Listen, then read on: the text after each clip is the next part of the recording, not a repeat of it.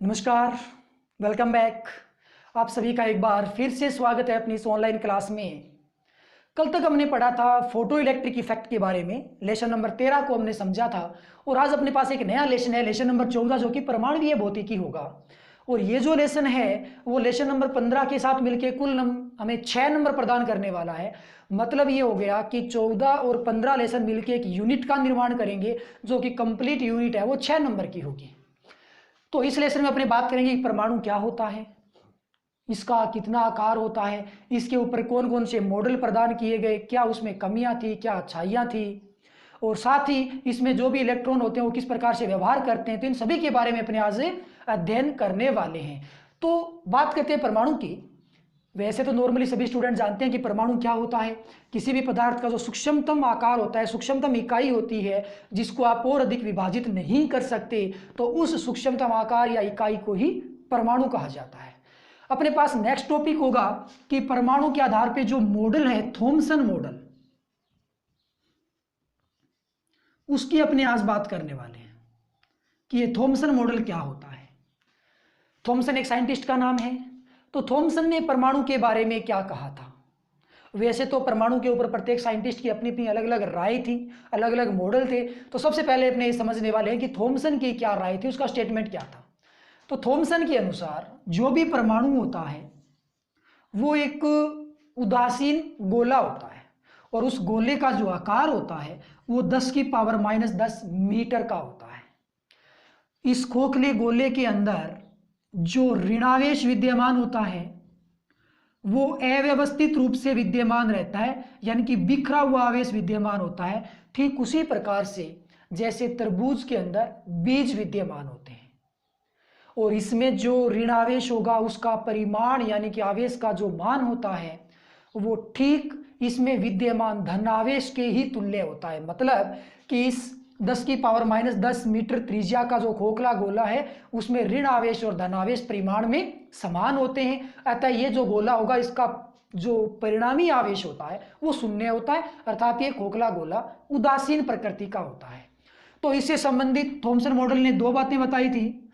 तो पहला तो ये था कि इसके अंदर जो भी ऋणावेश होगा, जो भी नेगेटिव चार्ज होगा, वो बिखरा हुआ रहता है किसकी भांति, तरबूज में बीज की भांति। सेकंड उसने क्या कहा था, सेकंड उसने ये कहा था कि यदि अपने इस उदासीन गोले को एनर्जी प्रदान कर दें तो ये जो ऋणावेश होता है वो अपने ही स्थान पे वाइब्रेट करने लगता है, कंपन गति करने लगता है, और उस कंपन गति के कारण यहां से ऊर्जा युक्त विद्युत चुंबकीय तरंगों का उत्सर्जन होता है। अर्थात यहां से विद्युत चुंबकीय तरंगे, ऊर्जा युक्त तरंगे हैं, वो उत्सर्जित होंगी कब, जब ये ऋणावेश अपने स्थान पे वाइब्रेट करेगा, जब ये आवश्यक ऊर्जा को ग्रहण कर लेगा। तो ये उसका दूसरा स्टेटमेंट था कि इसके जो भी इलेक्ट्रॉन या ऋणावेश होगा वो इलेक्ट्रोमैग्नेटिक वेव जनरेट करने वाला है, जो कि ऊर्जा युक्त तरंगे होंगी। और यहाँ पे इन ऊर्जा युक्त तरंगों यानी कि विद्युत चुंबकीय तरंगों की जो आवृत्ति होती है वो कंपन गति करने वाले ऋण आवेश की आवृत्ति के समान होती है। यानी कि कंपन गति में जो भी आवृत्ति बनेगी उतनी ही आवृत्ति इन इलेक्ट्रोमैग्नेटिक यानी कि विद्युत चुंबकीय तरंगों की होती है। अर्थात कंपन गति में जो भी आवृत्ति होती है वो उत्सर्जित होने वाली तरंगों की आवृत्ति के समान होती है। तो ये उसके दो स्टेटमेंट हो गए। पहला तो ये हो गया कि इसमें जो भी ऋणावेश होता है वो अव्यवस्थित रूप से विद्यमान रहता है और इस परिमाण में ये इसमें विद्यमान धनावेश के तुल्य होता है। सेकंड उसका स्टेटमेंट ये था कि जब भी हम इसको ऊर्जा प्रदान करेंगे तो ये जो ऋणावेश होगा वो अपने स्थान पे वाइब्रेट करेगा, कंपन गति करेगा, और यहाँ से ऊर्जा युक्त विद्युत चुंबकीय तरंगों का निर्माण होगा, और इन तरंगों की जो भी आवृत्ति होगी वो कंपन गति की आवृत्ति के तुल्य होने वाली है। तो ये यहाँ पे इसका स्टेटमेंट था। अब इसके ड्रॉबैक क्या थे, कमियां क्या थी जी। इसमें तो बहुत सारी कमियां थी, कुछ सारी कमियां ही पड़ी हैं इसके अंदर। तो पहली कमी कौन सी थी, मोटा मोटी तौर पे अपने बात कर रहे थे कि मेन ड्रॉबैक क्या थे, मुख्य कमियां क्या थी। तो पहली कमी तो ये कि ये अल्फा कण प्रकीर्णन की व्याख्या नहीं कर सका, और अल्फा कण प्रकीर्णन की फिर सर्वप्रथम व्याख्या किसने की थी, रदरफोर्ड ने, जिसको हम नेक्स्ट टॉपिक में समझने वाले हैं। सेकंड कमी इसकी ये थी कि ये रेखिक ऊर्जा स्पेक्ट्रम को नहीं समझा इसका। कौन सा स्पेक्ट्रम? रेखिक ऊर्जा स्पेक्ट्रम। तो फिर इसने ऊर्जा स्पेक्ट्रम के बारे में क्या बोला? ऊर्जा स्पेक्ट्रम के बारे में इन्होंने ये बोला था कि यहाँ से जो ऊर्जा युक्त तरंगे बनती है वो सतत होती है, यानी कि यहाँ जो ऊर्जा स्पेक्ट्रम होता है वो सतत बनेगा, कंटिन्यू ऊर्जा का उत्सर्जन होगा। लेकिन वास्तविकता ये होती है कि जो भी ऊर्जा स्पेक्ट्रम होता है वो रेखिक होता है। वैसे तो हम रेखिक ऊर्जा स्पेक्ट्रम के बारे में आगे अलग से अध्ययन करने वाले, लेकिन मैं यहाँ पे मोटा मोटी तौर पे बता देता हूँ कि ये रेखिक ऊर्जा स्पेक्ट्रम होता क्या है। यहाँ से जो भी तरंगे उत्सर्जित होती हैं वो कंटिन्यूअस उत्सर्जित नहीं होती। जो ऊर्जा उत्सर्जित होगी वो कंटिन्यूअस, लगातार, सतत नहीं होगी, वो टुकड़ों के रूप में उत्सर्जित होती है। कुछ समय तक ऊर्जा का उत्सर्जन हुआ, फिर थोड़ा टाइम लगेगा, फिर ऊर्जा का उत्सर्जन होगा, यानी कि जो ऊर्जा उत्सर्जित होती है वो टुकड़ों के रूप में होती है, रेखिक रूप से होती है, जिसको अपने रेखिक ऊर्जा स्पेक्ट्रम कहने वाले हैं। तो थॉमसन मॉडल ने ये तो जरूर बता दिया कि ऊर्जा युक्त तरंगे बनेगी लेकिन वो सतत होंगी, तो वो रेखिक ऊर्जा स्पेक्ट्रम को समझा नहीं सका। तो पहला ड्रॉबैक हो गया कि अल्फा कण प्रकीर्णन की व्याख्या नहीं कर पाया, और इसका दूसरा ड्रॉबैक हो गया कि ये रेखिक ऊर्जा स्पेक्ट्रम की व्याख्या करने में असफल रहा था। अब अपने बात करने वाले हैं कि ये अल्फा कण प्रकीर्णन क्या होता है। तो ये बात करते हैं अल्फा कण प्रकीर्णन की।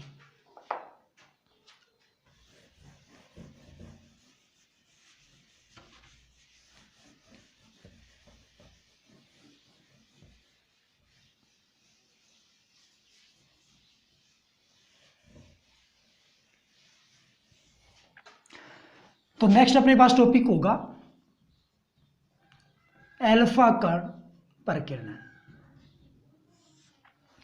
अल्फा कण प्रकीर्णन जो एक्सपेरिमेंट है उसकी सर्वप्रथम व्याख्या रदरफोर्ड ने की थी। तो अल्फा कण प्रकीर्णन में क्या हुआ, कैसा सिस्टम हुआ, क्या रदरफोर्ड ने देखा, क्या निष्कर्ष निकाला, उसके आधार पर उसने क्या प्रायोगिक व्यवस्था ली थी। तो सबसे पहले अपने अल्फा कण प्रकीर्णन की प्रायोगिक व्यवस्था क्या होगी उसके बारे में अध्ययन करेंगे। तो सबसे पहले अपने देखेंगे इसकी प्रायोगिक व्यवस्था कैसी है। प्रायोगिक व्यवस्था में अपने पास एक लेड बॉक्स होता है।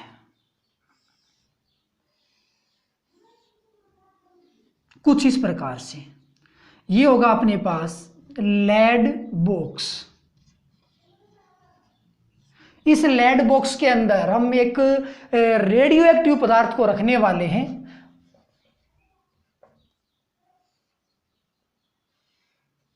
तो ये होगा एक रेडियो एक्टिव पदार्थ जिसको अपने बिस्मिथ 214 नाम दे देंगे।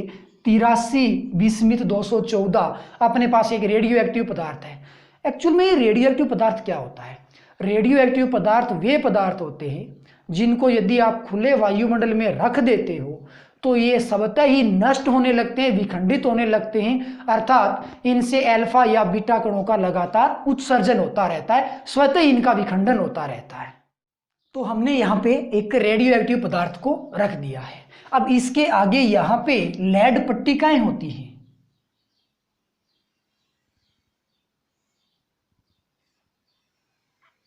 कुछ इस प्रकार से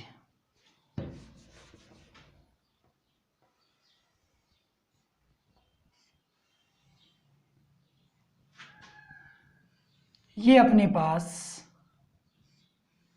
लेड पट्टिकाएं हो गई।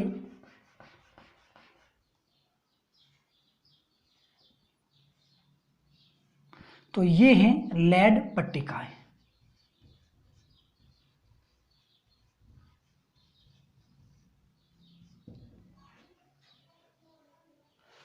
इसके आगे यहां पे रखा होता है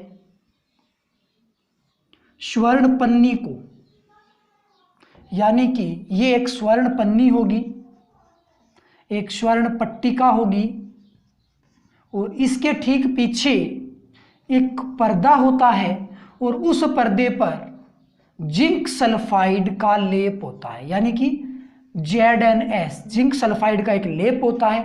और यहां इसके पीछे इस स्थान पे रखा होता है सूक्ष्मदर्शी। तो ये एक सिंपल व्यवस्था हो गई अल्फा कण प्रकीर्णन की प्रायोगिक व्यवस्था। अब इसमें सबसे पहले होगा क्या कि जब आप लेड बॉक्स के अंदर बिस्मिथ 214 एक रेडियो एक्टिव पदार्थ को रख देते हो, उस केस में यहां से स्वतः ही अल्फा कणों का निष्कासन होगा कुछ इस प्रकार से।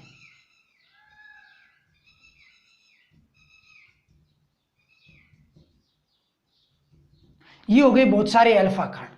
अब यहां से जब ये अल्फा कण लेड पट्टिकाओं से गुजरेंगे तो एक निश्चित डायरेक्शन में संरेखित हो जाएंगे।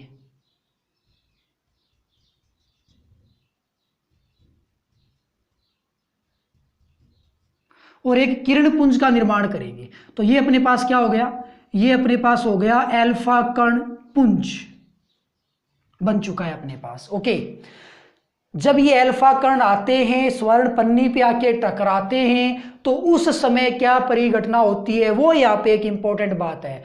तो रदरफोर्ड ने क्या देखा इसके मैटर को लेके, तो सबसे पहले बात करेंगे कि उसने क्या प्रेक्षण लिया, क्या ऑब्जर्वेशन किया, और उसके बाद अपने समझेंगे कि उसने क्या निष्कर्ष निकाला।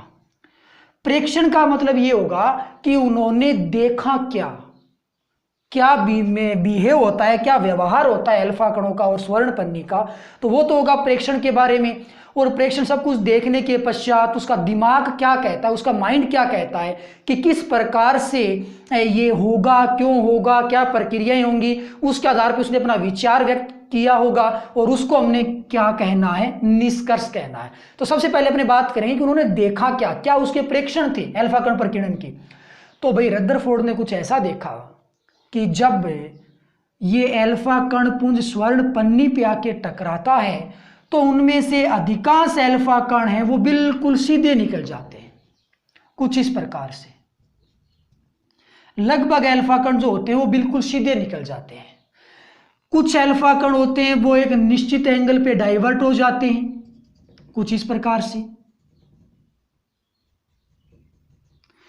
और लगभग 8000 में से एक अल्फा कण ऐसा होता है जो 90 डिग्री से विक्षेपित होता है 90 डिग्री के साथ। और लगभग 16000 में से एक अल्फा कण ऐसा होता है जो 180 डिग्री से विक्षेपित होता है। लगभग 16000 में से एक अल्फा कण 180 डिग्री से विक्षेपित हो जाएगा। तो ये उसका ऑब्जर्वेशन था। और साथ में उन्होंने ये देखा कि जब ये अल्फा कण विक्षेपित होकर के या सीधे निकल के जिंक सल्फाइड युक्त पर्दे पर टकराते हैं तो वहां पे चमक उत्पन्न होती है। और वो जो चमक है वो इतनी सूक्ष्म होती है कि आप उसको बिना किसी लेंस के देख नहीं सकते। अतः उस चमक को या उस प्रदीप्ति को देखने के लिए सूक्ष्मदर्शी का उपयोग किया जाता है। तो उन्होंने क्या किया कि उन्होंने सबसे पहले प्रेक्षण लिया और प्रेक्षण में उसके सामने 3 बातें निकल के आई। नंबर फर्स्ट कि अधिकांश अल्फा कण सीधे निकल जाते हैं। नंबर सेकेंड कि लगभग 8000 या 10000 में से एक अल्फा कण 90 डिग्री पे विक्षेपित होता है। और नंबर थर्ड बात ये देखी कि लगभग 16000 या 18000 में से एक अल्फा कण जो होता है वो पुनः वापस उसी दिशा में लौट जाता है। तो ये उसका ऑब्जर्वेशन था जो उन्होंने देखा। देखने के पश्चात उन्होंने विचार किया कि ऐसा क्यों हो रहा है, ऐसी क्या बात हो गई कि ये विभिन्न दिशाओं में चले गए जबकि कुछ बिल्कुल सीधे निकल गए। तो उन्होंने अपने दिमाग के घोड़े दौड़ाए और लास्ट में उसने फाइनली अपना एक निष्कर्ष निकाल दिया, अपना रिजल्ट प्रदान किया। और वो रिजल्ट क्या था आइए उसके बारे में अपने देख लेते हैं।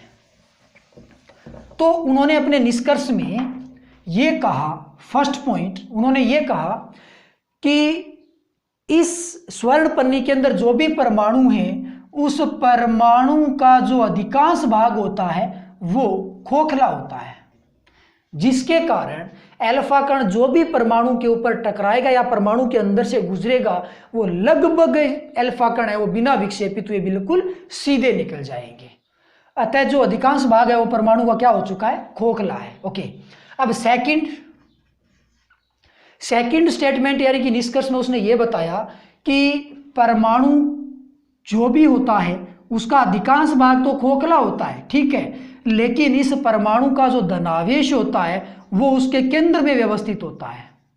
परमाणु में धनावेश होता है, इस बात को तो सबसे पहले थॉमसन ने भी बोल दिया था कि परमाणु के अंदर धनावेश जरूर होता है। लेकिन रदरफोर्ड ने क्या कह दिया कि वो जो धनावेश होता है वो इस परमाणु के केंद्र में विद्यमान होता है, पूरा का पूरा धनावेश उसके केंद्र में विद्यमान होगा।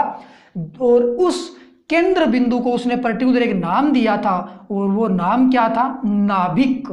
कुल मिलाकर के परमाणु के केंद्र में जो धनावेश विद्यमान होता है उस धनावेशित केंद्र को हम क्या कहते हैं? नाभिक कहते हैं। अतः नाभिक की खोज है वो सबसे पहले रदरफोर्ड ने की थी और अपने कौन से एक्सपेरिमेंट में की थी? अल्फा कण प्रकीर्णन में की थी। मतलब नाभिक की खोज अल्फा कण प्रकीर्णन के अंतर्गत रदरफोर्ड के द्वारा की गई थी। ओके, तो रदरफोर्ड ने क्या कहा कि संपूर्ण धनावेश तो केंद्र में विद्यमान है, जिसके कारण क्या होगा? उसके कारण जो भी अल्फा कण इस नाभिक के पास से गुजरेगा या गुजरने की कोशिश करेगा वो एक निश्चित एंगल पे विक्षेपित हो जाएगा।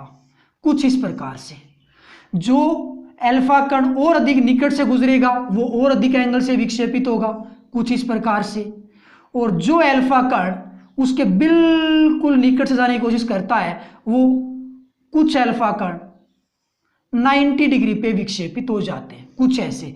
लेकिन जो अल्फा कण नाभिक के बिल्कुल सीध में आता है, बिल्कुल सेंटर से होके आता है, वो पुनः उसी दिशा में लौट जाता है। तो ये उसके द्वारा एक रिजल्ट दिया गया कि संपूर्ण धनावेश है वो नाभिक होगा, केंद्र में विद्यमान होगा और उसके पास से जो भी अल्फा कण जाने की कोशिश करेगा वो विक्षेपित होगा। क्यों विक्षेपित होगा? क्योंकि अल्फा कण जो होता है वो एक पॉजिटिव पार्टिकल होता है, एक धनावेशित कण होता है, जो कि नाभिक खुद भी एक धनावेशित कण है। तो अल्फा कण जो कि धनावेशित कण है नाभिक से प्रतिकर्षित होता है, क्योंकि अल्फा कण और नाभिक दोनों ही पॉजिटिव पार्टिकल है, धनावेशित कण है। अतः इन दोनों के मध्य में प्रतिकर्षण बल लगता है, जिसके कारण ये अल्फा कण एक निश्चित डायरेक्शन में विक्षेपित हो जाते हैं। और जिन अल्फा कणों पर इस नाभिक का कोई प्रभाव नहीं पड़ता है वो अल्फा कण बिल्कुल सीधे निकल जाते हैं। तो ये उसका दूसरा स्टेटमेंट था कि भाई संपूर्ण धनावेश केंद्र में विद्यमान होगा और उस केंद्र को क्या नाम दिया जाएगा? नाभिक नाम दिया जाएगा। तीसरा निष्कर्ष क्या निकाला उसने? तीसरा निष्कर्ष उन्होंने ये निकाला था कि जो भी अल्फा कण नाभिक की ओर आ रहा है उसके ऊपर प्रतिकर्षण बल लगता है, जिसके कारण वो अल्फा कण अपने मूल मार्ग से भटक जाते हैं, वो 90 डिग्री या 180 डिग्री से वापस चले जाते हैं। तो जो भी प्रतिकर्षण बल लगता है वो प्रतिकर्षण बल कूलाम नियम से ज्ञात होता है। कौन से नियम से ज्ञात होगा? कूलाम नियम से। अब कूलाम नियम लेसन नंबर 1 में आपने पढ़ा है कि कूलाम नियम क्या होता है? F = K Q1 Q2 बटे R² होता है। R यहाँ पे दूरी है किसके बीच की? अल्फा कण और नाभिक के बीच की दूरी है। Q1 और Q2 दो आवेश हो गए, तो एक आवेश तो अल्फा कण हो जाएगा जिसको आप Q1 बोल दो, और एक आवेश नाभिक हो जाएगा जिसको आप Q2 बोल सकते हो। तो यहाँ पे आवेश है वो अल्फा कण और नाभिक का आवेश है, जबकि जो दूरी है वो अल्फा कण और नाभिक के बीच की दूरी है। तो ये उसका तीसरा स्टेटमेंट यानी कि निष्कर्ष था। तो उन्होंने कुल मिलाकर के 3 निष्कर्ष प्रदान किए थे। पहला निष्कर्ष तो ये हो गया कि परमाणु का अधिकांश भाग खोखला होता है, जिसके कारण अधिकांश अल्फा कण बिना विचलित हुए बिल्कुल सीधे निकल जाते हैं। दूसरा उसका निष्कर्ष ये था कि भाई इसके अंदर जो भी आवेश होता है धनावेश उसके केंद्र पर विद्यमान रहता है और उस धनावेशित युक्त केंद्र को उन्होंने नाभिक नाम दिया था। और जो भी अल्फा कण इस नाभिक की दिशा में आएगा, उसकी ओर आएगा, वो विक्षेपित होगा एक निश्चित डायरेक्शन में, अलग अलग कोण पे विक्षेपित होगा। और जो भी कोण बनता है, जितने डिग्री पे भी विक्षेपित होते हैं, डिपेंड करता है कि उसके ऊपर अल्फा कण के ऊपर नाभिक के द्वारा कितना प्रतिकर्षण बल लगा है। और तीसरा उसका स्टेटमेंट ये था, निष्कर्ष ये था कि नाभिक और अल्फा कण के मध्य जो भी प्रतिकर्षण बल लगता है वो कूलाम नियम से ज्ञात होता है। और कूलाम नियम अपने पास कुछ इस प्रकार का है। तो ये अपने पास 3 स्टेटमेंट थे।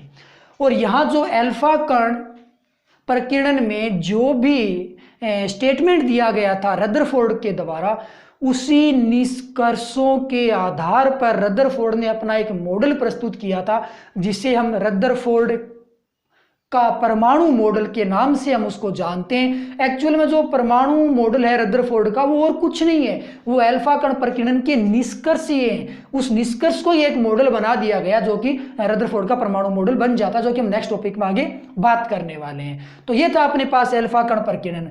अब अपने यहाँ पे 2 इंपॉर्टेंट क्वेश्चन के बारे में समझेंगे। पहला क्वेश्चन तो ये होगा कि ये जो अल्फा कण आता है और लौट के वापस जाता है, तो पहले हम ये देखेंगे कि अल्फा कण कितना निकट आएगा नाभिक के और कहाँ से वो वापस यू टर्न लेगा, वापस मुड़ेगा। और दूसरा अपने ये देखेंगे कि भाई अल्फा कण और नाभिक के बीच में जो भी प्रतिकर्षण बल लगता है वो प्रतिकर्षण बल कितना होता है, क्या उसका परिमाण या फॉर्मूला रहता है। तो आइए बात कर लेते हैं कि क्या होने वाला है। सो अपने पास सपोज दैट कि ये परमाणु है और ये उस परमाणु का नाभिक हो गया,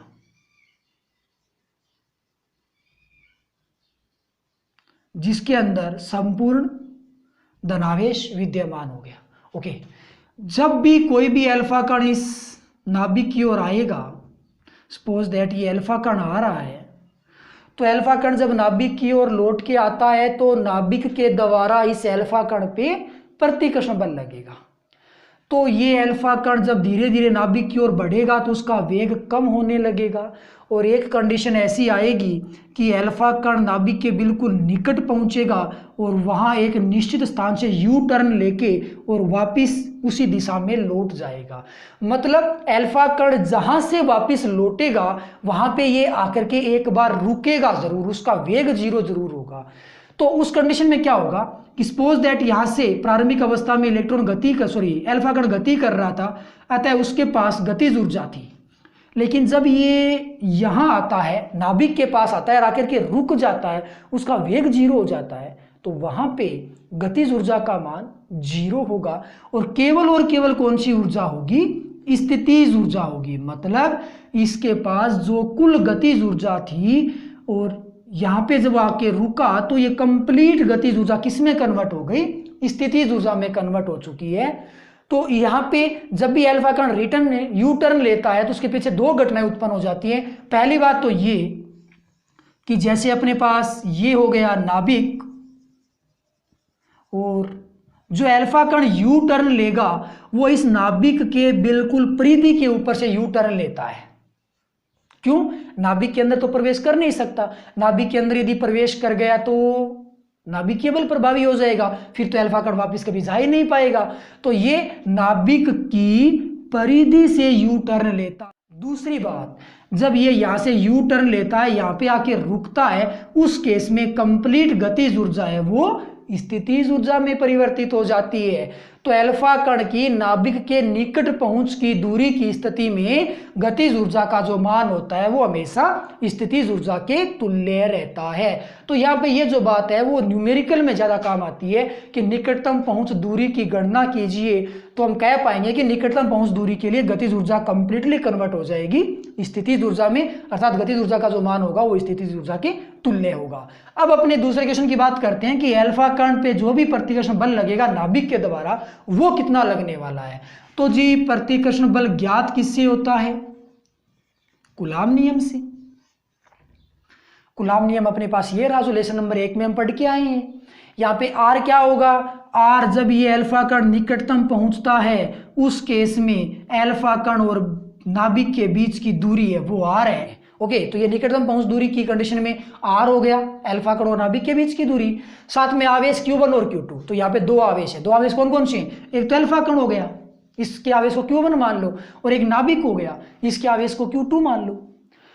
तो अल्फा कण और नाभिक आवेश होता कितना है, अल्फा कण का प्रतीक चिन्ह कितना होता है, अल्फा कण का जो प्रतीक चिन्ह होता है वो होगा 2He4, यानी कि अल्फा कण का जो आवेश होता है वो प्रोटॉन के आवेश का 2 गुना होता है। तो प्रोटॉन का आवेश कितना होता है, प्रोटॉन का आवेश होता है जी E, इलेक्ट्रॉन के आवेश के तुल्य।